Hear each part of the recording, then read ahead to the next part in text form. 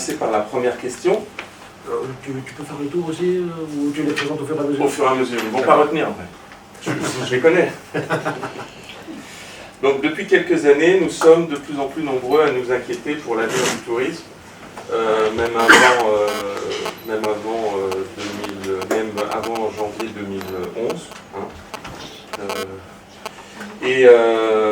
Notre tourisme de masse, aujourd'hui, serait-il en danger? Ça, c'est notre première question. Oui. Alors tout d'abord, je voudrais remercier Connect de m'avoir invité et me considérer comme un invité d'honneur pour ce soir, et surtout sur un sujet qui est très important pour la Tunisie.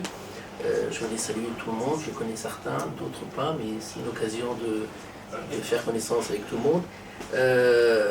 C'est vrai que le secteur du tourisme en Tunisie, il est vital, il est très important. Moi, j'ai toujours dit que le ministère du Tourisme, c'est le ministère qui doit être en relation avec tous les autres ministères de la Tunisie, c'est-à-dire la défense, l'intérieur, la culture, le sport, la finance, l'économie, tout. Et vu l'importance de ce secteur. Alors bien sûr, le tourisme de masse, au contraire, moi je suis partisan qu'on doit continuer avec ce tourisme de masse qui a fait les beaux jours de la Tunisie.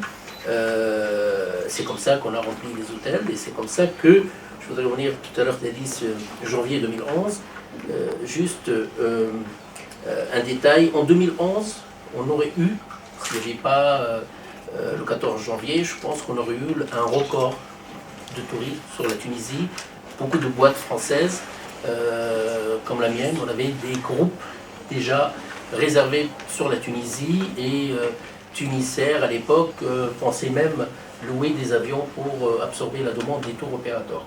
C'est-à-dire que le tourisme de masse est toujours d'actualité, on doit, il a encore le temps de faire les beaux jours en Tunisie. Et je crois aussi, c'est là qu'on met la base, le tourisme de masse, et après c'est l'entrée de gamme. Et après, bien sûr, on complète. On complète avec quoi? On complète avec le tourisme de Thalasso, le golf, aujourd'hui on a des mises en hôte, le tourisme, ce qu'on appelle le tourisme bio aujourd'hui. Oui, mais René, est-ce que tu penses sincèrement qu'aujourd'hui, avec tout ce qui s'est passé, est-ce que le tourisme de masse est mort? Et si il est mort, qu'est-ce qu'il faut faire? Bon, il est arrêté provisoirement. Je ne pense pas que, bien sûr, la Tunisie va souffrir encore quelques années. Certains disent qu'une crise comme il y a eu sur la Tunisie, ça dure 10 ans. Bon, espérons que 10 ans depuis le 14 janvier, et pas à partir d'aujourd'hui. C'est sûr, dans 4-5 ans, le tourisme va revenir en Tunisie. Pour ça, il y a des conditions. Il y a une stabilité politique, il y a une sécurité. Est-ce que tu ne penses pas que les tours opérateurs, ils n'ont pas attendu la Tunisie pour se repositionner ailleurs? Et comment on va faire pour que la Tunisie revienne chez ces tours opérateurs-là et réinvestisse en Tunisie? Pour qu'ils reviennent, il faut qu'il y ait une volonté politique pour que le tourisme revienne en Tunisie. Je pense qu'aujourd'hui, en Tunisie, il n'y a pas vraiment assez, ou pas du tout, une volonté politique pour que le tourisme, on ne parle pratiquement pas des milliers de personnes ils ont été licenciés des hôtels qui ferment et licencier le personnel. Ça intéresse personne. On parle beaucoup de politique, et je pense que la base aujourd'hui, c'est politique. Si la politique veut faire je pense qu'il y a eu déjà des crises, la guerre de Golfe en 2002, il y a eu l'attentat de l'Agriba en 1992, je crois, la guerre de Golfe, 2002 l'attentat. Mais il y a eu à l'époque une politique très puissante et agressive pour que le tourisme revienne immédiatement. Aujourd'hui, il y a des marchés qui ont disparu, il y a des tours opérateurs qui ont décidé de partir. Moi, personnellement, je pense, c'est parce qu'on n'a pas fait le nécessaire pour les retenir. On n'a pas été voir les Italiens qui, d'un seul coup, après l'attentat de Bardo, ont fermé leurs hôtels, ou loué des hôtels entiers, où ils arrêtaient les avions. Donc, sans la politique, on n'arrivera à rien, on est d'accord? Bien sûr. Et aujourd'hui, le débat est très clair, on ne sait pas où on va. Hein, il n'y a pas de volonté politique, il n'y a pas de ligne directrice politique en Tunisie aujourd'hui. On est d'accord là-dessus? On est d'accord. Deuxièmement, on va parler de l'aérien, parce que la Tunisie sans l'aérien, c'est rien. Qu'est-ce que tu penses du low cost? Est-ce qu'il faut développer le low cost? Est-ce qu'il faut arrêter le low cost, puisqu'il existe un petit peu aujourd'hui sur la Tunisie? Qu'est-ce que tu penses de ça? Qu'est-ce que tu peux répondre à ça? Moi, ce que je peux répondre, j'ai commencé mon métier de tour opérateur par l'aérien. J'ai affrété énormément d'avions quand j'ai commencé. Et je pense que la Tunisie a besoin de low cost, bien sûr. Il a même besoin de l'open sky. J'ai dit dans la presse que l'open sky est nécessaire, mais pas aujourd'hui. Aujourd'hui, ce n'est pas la solution. L'open sky, quand est-ce qu'il est, il est efficace sur une destination? Quand il n'y a plus d'offres de sièges. On a eu des années comme 2008, 2007, 2008, 2009, 2010, où il n'y avait plus de sièges, ni Tunisair, ni les autres compagnies privées, ni les compagnies françaises ne pouvaient plus rajouter des sièges sur la Tunisie. Et là, l'open sky est efficace. Mais aujourd'hui, on a tout ce qu'il faut au niveau siège sur la Tunisie. Le problème, il n'est pas l'offre. L'open sky, je pense que ça fait 10 ans, on a accordé à des compagnies d'open sky de l'aéroport de Tabarka et de Tozeur. Mais c'est pas pour ça que les avions sont on est arrivés. d'accord entre nous, c'est que le low cost sur Tabarka et Tozeur, ça peut pas fonctionner. 10 ans à l'arrière, oui. Tu le sais bien, puisque toi, tu étais un spécialiste de la région de Tozeur. Non, Transavia n'a pas forcément super bien fonctionné sur Tozeur. Non, les rapports sont pas terribles sur... Tunisair mettait des gros porteurs sur Tozeur, et je sais que c'était très difficile d'avoir des places sur Tozeur. Mais le low cost aujourd'hui, par exemple sur le Maroc, prenons l'exemple du Maroc, a quand même détruit une grosse partie de notre métier, qui sont des gens qui investissent sur des sièges d'avion et sur des hôtels pour vendre du package. On est d'accord. Aujourd'hui, sur le Maroc, beaucoup de tour opérateurs se sont désistés sur cette destination-là, puisque le low cost a détruit ça. Ça apporte autre chose, je suis d'accord avec toi. Est-ce que la Tunisie est un pays qui peut développer du tourisme low cost? Quand je dis low cost, c'est sur l'aérien, et ça veut dire aussi que le particulier va acheter tout seul son hôtel, qui va louer tout seul sa voiture et qui va réserver sa chambre d'hôte. Personnellement, je suis contre ça. Pourquoi? Et je l'ai déjà dit dans la presse professionnelle, Tourisme Info, que le risque de la Tunisie d'avoir un client qui prend son vol à part en low cost et qui vient à l'aéroport, qui cherche un taxi, ou des amis viennent le chercher, qui va dans un hôtel où il le choisit sur Internet, déjà, il va faire de mal aux compagnies aériennes, entre autres les compagnies tunisiennes sur place. 2, les agents de voyage vont mourir tout doucement, déjà ils sont au bord de la faillite actuellement.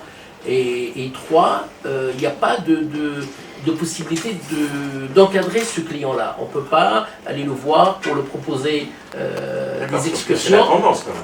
Pardon? C'est quand même une grosse tendance. Pas énormément. Moi, je pense qu'il faudrait aujourd'hui absolument faire revenir les tours opérateurs avec leur charter. La Tunisie ne peut pas avancer et ne peut pas revenir comme un grand pays de tourisme si on ne met pas en place les charters. Pourquoi? Parce que les TO, quand ils mettent des charters, en face, ils mettent des chambres où ils sont engagés, ça veut dire qu'ils sont obligés de vendre ces sièges-là et les chambres. Et ça veut dire qu'il y a un mouvement. Et en plus, le plus important, c'est que tu le sais, c'est qu'il y a un tarif moyen. Quand on a une chaîne de charter et des engagements chambres, il y a un tarif moyen. Aujourd'hui, on sait très bien qu'on arrive, on a les tarifs pas chers, mais on arrive juillet-août, les tarifs sur la Tunisie sont à 500, voire 600 € le siège. Quel est le touriste aujourd'hui et à quel prix tu vas vendre une semaine dans un hôtel?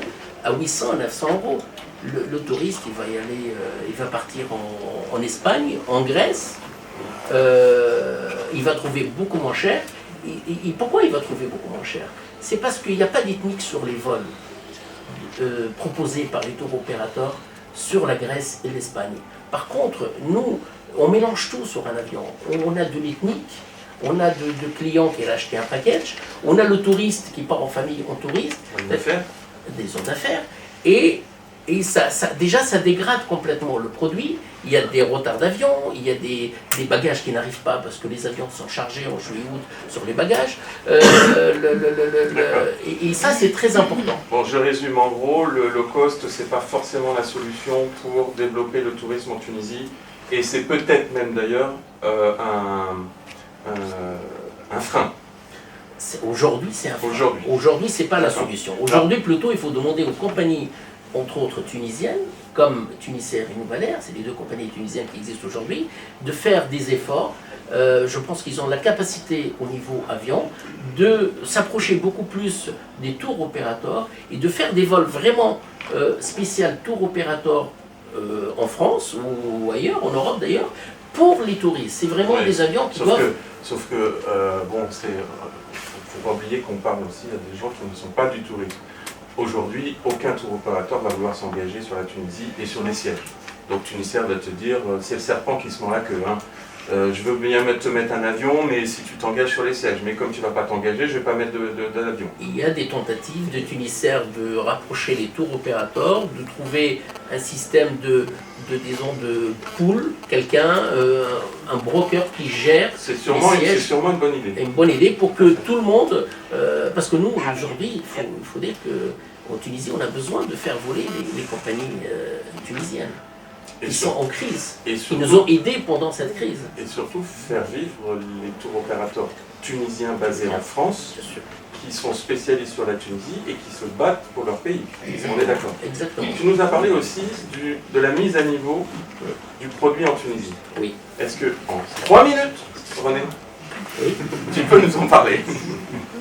Si tu veux, moi je l'ai préparé ça, hein, parce que j'écris, parce que je sais que tu vas me poser des questions compliquées. Alors, mise à niveau, je crois que il a déjà commencé en Tunisie depuis longtemps. Je crois, monsieur Fetni peut me rappeler, en 96, 98. Et il y a eu un travail exceptionnel qui a été fait. Moi j'étais présent et j'ai même parlé avec des anciens ministres du tourisme. Vraiment la mise à niveau en Tunisie a commencé de façon où vraiment on a eu le service, la qualité, le standard de l'hôtellerie en Tunisie, il était exceptionnel. Une chambre Je veux dire, le rapport qualité-prix était très bon. Il était impossible de trouver autre chose ailleurs. Aujourd'hui. Maintenant, le problème qu'il y a eu, c'est que la mise à niveau a été arrêtée à un moment pour, certains disent, une lourdeur administrative, certains disent que l'Europe a arrêté de donner de l'argent à la Tunisie pour la mise à niveau, mais aujourd'hui, je pense que c'est urgent de remettre cette machine qui est très efficace pour l'hôtellerie tunisienne. Les hôtels, depuis 4-5 ans, ont baissé énormément de qualité. Les normes ne sont plus les mêmes. Aujourd'hui, on parle des fermetures d'hôtels, mais il faut savoir que 80, on a entendu 80 hôtels fermés. Ils ont oublié que dans les 80, il y a 60 hôtels qui ferment d'habitude. On a fait un buzz avec ça. Qui ferme l'hiver. Qui ferme l'hiver. Tous les hôteliers qui travaillent, par exemple, le marché italien, ils ferment. Il y a des hôtels qui, comme en Grèce, comme en Espagne, ça choque personne. C'est vrai qu'on. Mais tu es d'accord quand même pour dire qu'aujourd'hui, vu le mouvement social qu'il y a partout, vu la liberté qui est apparue en Tunisie, ça fait aussi baisser le niveau des prestations sur place. On est d'accord. Il y a une inflation. L'hôtelier, de son côté, doit payer plus cher son électricité, son eau, ses salaires, on est d'accord. On ne peut pas vendre plus cher, puisqu'aujourd'hui, on n'a pas une demande, donc il faut qu'on réduise. Donc, comment on va trouver une solution pour la remise à niveau et pour que ça se fasse? C'est quoi la solution là? Moi, honnêtement, aujourd'hui, la solution, elle est tunisienne. C'est-à-dire qu'il faudrait que l'administration, une fois pour toutes, moi ça fait des années, sous contrôle des collègues à moi, tour opérateurs, ça fait des années, je dis qu'il faut mettre le paquet avec les tours opérateurs tunisiens.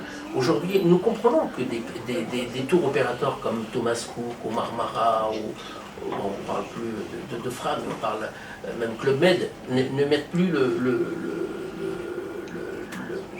ils ne mettent pas la destination, ils disent l'hiver, mais on ne sait pas dans quel état ils vont revenir en avril. Parce que quand on ne vend pas l'hiver, c'est maintenant qu'on vend avril. C'est très bien. Les réservations de la saison prochaine, c'est maintenant qu'on va la faire.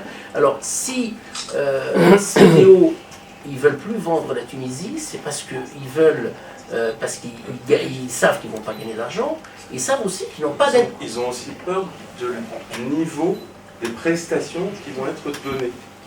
Souvent, ces gens-là, ils ont des hôtels contrôlés par eux-mêmes. Que ce soit Marmara ou Thomasco ou Club Med. Le problème aujourd'hui, c'est qu'ils ont décidé de ne pas ouvrir la Tunisie pour l'hiver. C'est un mauvais signe, même pour l'été. Ça veut dire que même les réservations d'été, ils vont être vraiment en ralenti. C'est très bien quand on ne met pas la destination sur un catalogue, on a de mal après à le redémarrer. Mais je pense que nous comprenons, ils font du business ces gens-là. Mais aujourd'hui, il faut aller vers le côté des gens qui aiment la Tunisie, qui veulent travailler leur pays. Il y a la demande. Aujourd'hui, on sent qu'il y a la demande. Il y a même des reports avec l'histoire de Fram. Il y a des reports de groupes, des agences qui sont ouvertes à la Tunisie aujourd'hui. La Tunisie, cet été, a été vendue, malgré tout. Mais à un moment, les hôtels ils étaient pleins par le marché local, l'Algérien et Libyen. Mais il n'y a pas que le mois d'août. Mais je pense que le gouvernement, l'administration, l'office de tourisme doit regarder comme ils ont fait les Turcs. Les Turcs, que ce soit de l'Allemagne ou de la Russie ou de France, c'est vendu par des tours opérateurs d'origine turque qui mettent le paquet sur la destination. Aujourd'hui, dans toute l'Europe, on a des tours opérateurs tunisiens, des boîtes très solides. Ils ont besoin. Ou qui aiment la Tunisie. Ou Parce qui qu'on a aiment un la Tunisie. représentant ici, Fram, Oui. qui a été Mais je pense que un grand. Richard Sobiel, c'est un grand amoureux de la Tunisie. Et ses adhérents, Et Fram a toujours été un défenseur et un développeur sur la destination. Les problèmes qu'il a aujourd'hui, c'est à cause de. Donc la mise à niveau, on a compris que ça va être compliqué et que c'est encore politique. C'est encore politique. On est d'accord. On ne peut pas rester, on ne peut pas fermer la destination. Et on ne peut pas attendre que demain les choses reviennent. On ne peut pas attendre que les choses reviennent. Il faut qu'on aille dans, dans ce sens, c'est-à-dire demander aux gens qui veulent ouvrir la destination, les aider. Moi-même, je fais un appel aux gros financiers, des banquiers tunisiens. Et il y en a des banquiers tunisiens ici. Voilà. D'investir dans les tours opérateurs qui veulent remettre la destination. Je sais que les grosses boîtes, ils ne peuvent pas remettre la destination facilement. Mais tu sais, César, les tours opérateurs, on était combien 5 ans à l'arrière, on était une dizaine de tours opérateurs spécialistes sur la Tunisie. Mais il faut voir, je pense que on avait un nombre de touristes qu'on ramenait en Tunisie.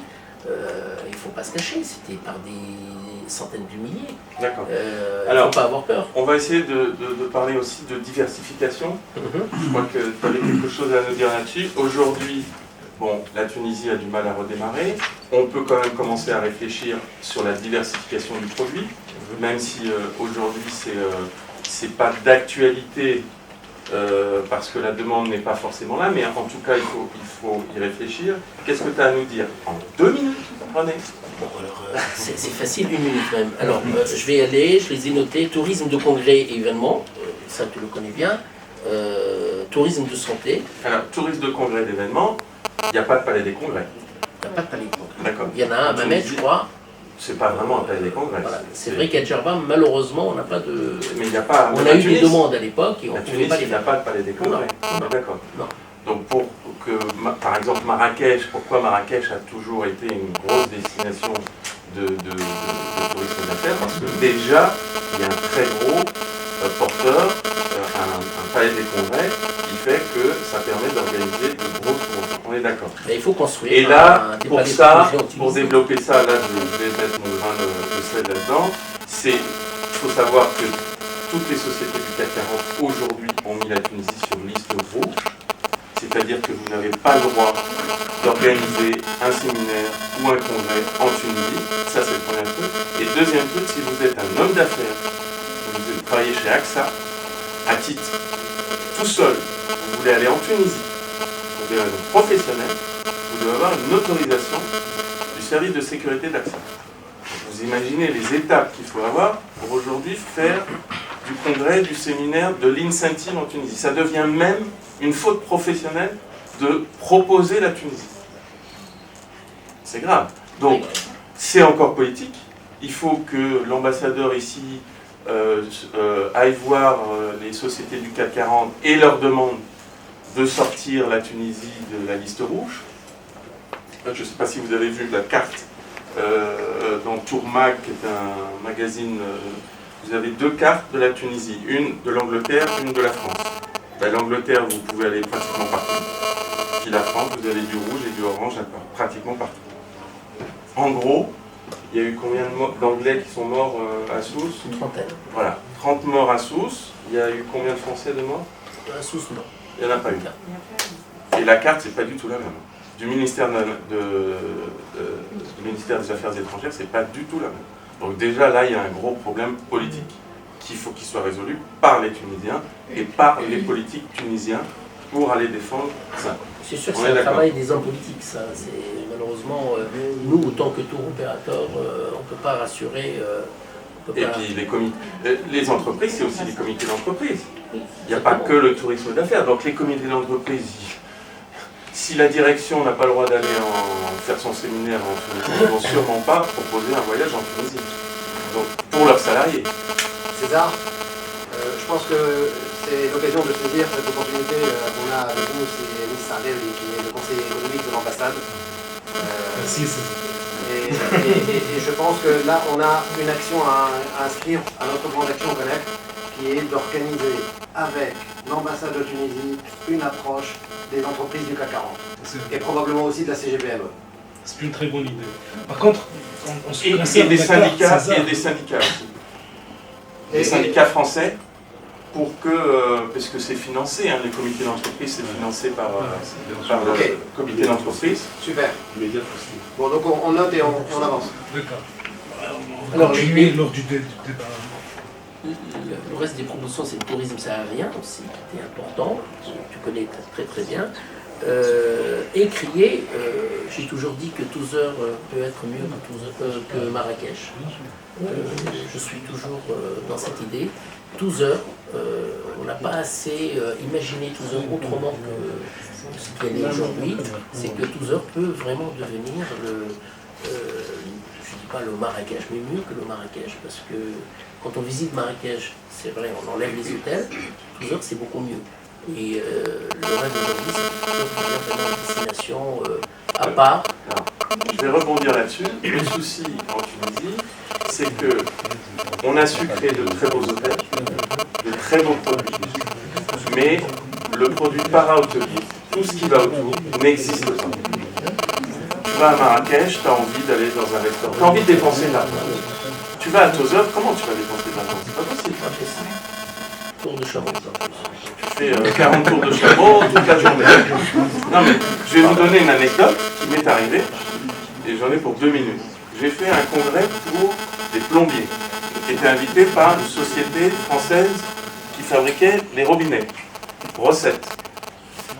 4000 personnes. En back-to-back, c'est-à-dire 600. Je vous jure qu'on a eu un problème. Ça a failli en arriver aux mains. Ils avaient tellement d'espèces et de blacks à dépenser qu'ils se sont retrouvés à Tozeur et ils ne pouvaient pas le dépenser. On a dû faire venir des artisans de Djerba, des artisans bijoutiers, pour qu'ils dépensent de l'argent, et on mettait ces artisans 24/24 autour de la piscine. Ils étaient comme des fous. Les mecs, ils voulaient dépenser de l'argent et c'était pas possible. Le problème du para-hôtelier, c'est-à-dire qu'en Tunisie, on a su construire des très beaux hôtels. On sait accueillir, on sait faire tout ça, mais autour. En gros, le produit fini, c'est dans l'avion, le transfert, l'hôtel, et après le client le dit. Malgré que c'est vrai, il y a beaucoup de clients qui veulent dépenser de l'argent en Tunisie, et beaucoup de Tunisiens qui partent aussi en vacances en Tunisie, qui veulent dépenser, et souvent ils me disent qu'ils n'arrivent pas à dépenser.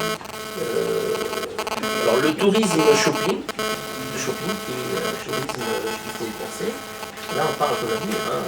Donc de créer peut-être une zone franche où on puisse acheter des produits hors taxe. Imaginez, parce que je sais pas parce que je suis pourquoi né pas. à Djerba, mais Djerba peut être Par hasard, hein. par hasard, mais non, mais parce que dans la zone franche, on cherche aussi les frontières.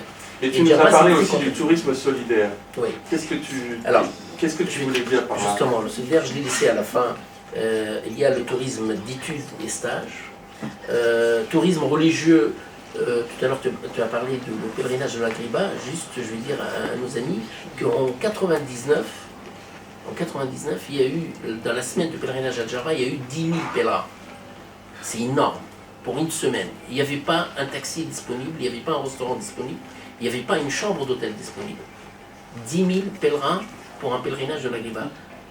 Certains ont dit ouais mais il coûte de l'argent, mais pas de l'argent, c'est quand ça marchait le pèlerinage, il ramenait énormément et tout le monde arrivait avec une devise et les premiers hôtels réservés pendant le pèlerinage c'est les 5 étoiles, les Asdrubal, les Radisson et d'autres. Après tu as le tourisme culturel bien sûr, tourisme sportif, tourisme de jeunes, tourisme de croisière, malheureusement on l'a perdu un petit peu, même beaucoup. Et le tourisme solidaire. Le tourisme solidaire, moi je trouve qu'en Tunisie, on n'a pas assez de tourisme solidaire. Avec tout ce qui se passe et s'est passé sur la Tunisie, c'est nous, Tunisiens, et les amoureux de la Tunisie, avec bien sûr l'apport de nos amis de SNAB, hein, Richard, parce que quand je parle Tunisie, je parle de toi aussi. Hein. Je sais que tu es Alors, c'est d'organiser des voyages faits par des Tunisiens, c'est faire partir des milliers de personnes en Tunisie, parce qu'aujourd'hui, c'est quoi le problème? Les Français, qu'est-ce qu'ils attendent? Ils veulent que les gens voyagent en Tunisie. Moi, je voyage pratiquement toutes les semaines. Une fois, ça fait un mois, j'ai pas été en Tunisie pendant 3 semaines. Ma fille m'a posé la question, qu'est-ce qui se passe en Tunisie? Pourquoi tu n'es pas parti? Elle a pensé qu'il y a un problème. Et là, Non, on est d'accord qu'on ne va pas te convaincre, toi, d'aller en Tunisie. non, On est d'accord. mais je veux dire, Mais les gens, ce client-là, il est acquis. d'accord. Tu vois. Mais ce que je veux dire, c'est qu'on dit qu'il y a 800 000 Tunisiens en France. Je ne sais pas où ils sont.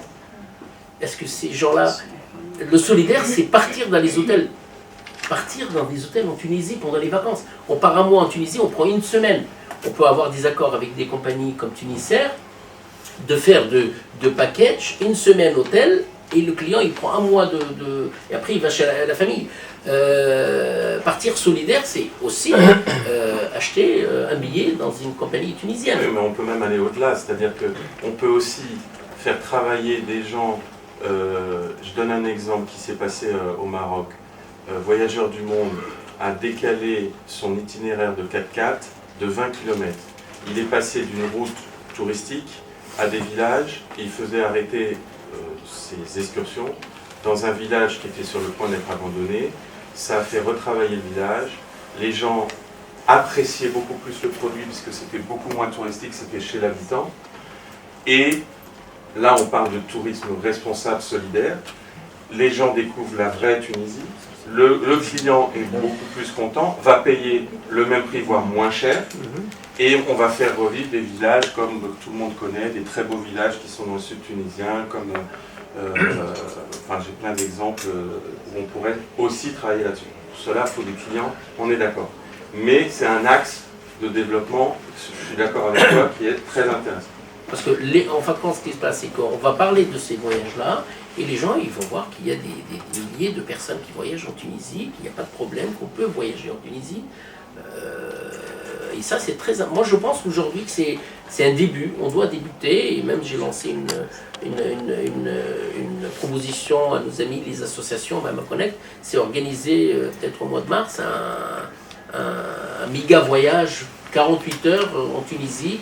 Je laisse M. Mounir annoncer peut-être la date choisie, mais faire partir 2000 personnes, peut-être, mais ça, on peut les trouver, 2000 personnes, en Tunisie pour 48 heures, et on demandera le concours des compagnies Tunisair et même des compagnies françaises qui veulent jouer le jeu, d'avoir un tarif vraiment attractif pour lancer la destination avec un gros coup 2000 personnes ou plus qui partent 48 heures, mais pas forcément tous des Tunisiens, mais nos amis, chacun il amène ses amis français qui sont là, et c'est faire la fête en Tunisie, mais surtout faire de bruit, faire un buzz sur ça. C'est voyager, le but c'est voyager en Tunisie. Aujourd'hui le problème, qu'est-ce qu'on doit faire, la question que tout le monde pose, qu'est-ce qu'on doit faire pour donner l'envie à un touriste partir en Tunisie? Qu'est-ce qu'on doit faire? On le donne de l'argent? Mais tu n'obligeras, aujourd'hui, soyons clairs, tu n'obligeras jamais personne à voyager quand tu as peur, on donne l'envie quand tu as peur de quelque chose. Et même les Tunisiens... À Paris, tu n'es pas à l'abri. Hein. D'accord, mais ça c'est des débats qui... Voilà, on est d'accord, sauf que le client ne rentre pas dans une agence de voyage aujourd'hui, tranquille pour aller en Tunisie. On est d'accord. Donc ça veut dire communication, ça veut dire que les politiques, faut qu'ils communiquent d'une façon différente sur la Tunisie, qui disent qu'est-ce qu'on a fait, est-ce qu'on a construit un mur avec la Libye, est-ce qu'on a arrêté qui, quoi, comment, personne ne sait ça dans les médias. En Tunisie on le sait. Si on regarde, on est tous sur les mêmes réseaux, donc ça on le sait. Mais en France, personne ne sait. Personne ne sait qu'est-ce qu'on fait sur place. Donc, et c'est là-dessus qu'il faut communiquer. C'est là-dessus que la France a communiqué lorsqu'il y a eu l'affaire Charlie. Ils ont communiqué que sur ce qu'ils ont fait. On a arrêté un tel, on a fait ceci, on a mis le plan Vigipirate, on a fait ceci, parce qu'ils avaient le palais des congrès de Versailles se vidait, mais à une vitesse grand V. Il n'y avait plus un japonais, plus un américain, plus personne ne voulait venir. César, je pense que c'est l'occasion d'annoncer à tout le monde que nous, avec le concours de René et avec le concours de tous les voyagistes et de tous les professionnels du tourisme et de l'aérien, nous appelons également les associations tunisiennes de France et de Navarre à participer à la promotion d'un événement qu'on veut organiser 18, 19, 20 ou mars, oui, ou 18, 19, 20, 21. Hein, c'est à concevoir, l'offre est à concevoir pour qu'on passe un week-end de folie à Tunis. Et ça tombera aussi autour du 20 mars, donc bien entendu ce sera l'occasion de faire la fête en Tunisie. Et je pense qu'on peut viser un objectif d'un million de personnes. On a 3 mois pour le préparer, donc... Et profiter de 2 superbes avions de Tunisair de Airbus 330 qui bien sûr sont là pour nous faire la meilleure proposition possible. René, merci beaucoup en tout cas. Alors, on accueille aussi une grande figure. Si tu permets, tant qu'on y est, hein, j'ai fait la proposition. Est-ce que vous voulez bien lever le bras, ceux qui veulent bien partir ce week-end-là en Tunisie et encourager leurs amis à y aller? Ça serait presque unanimité là.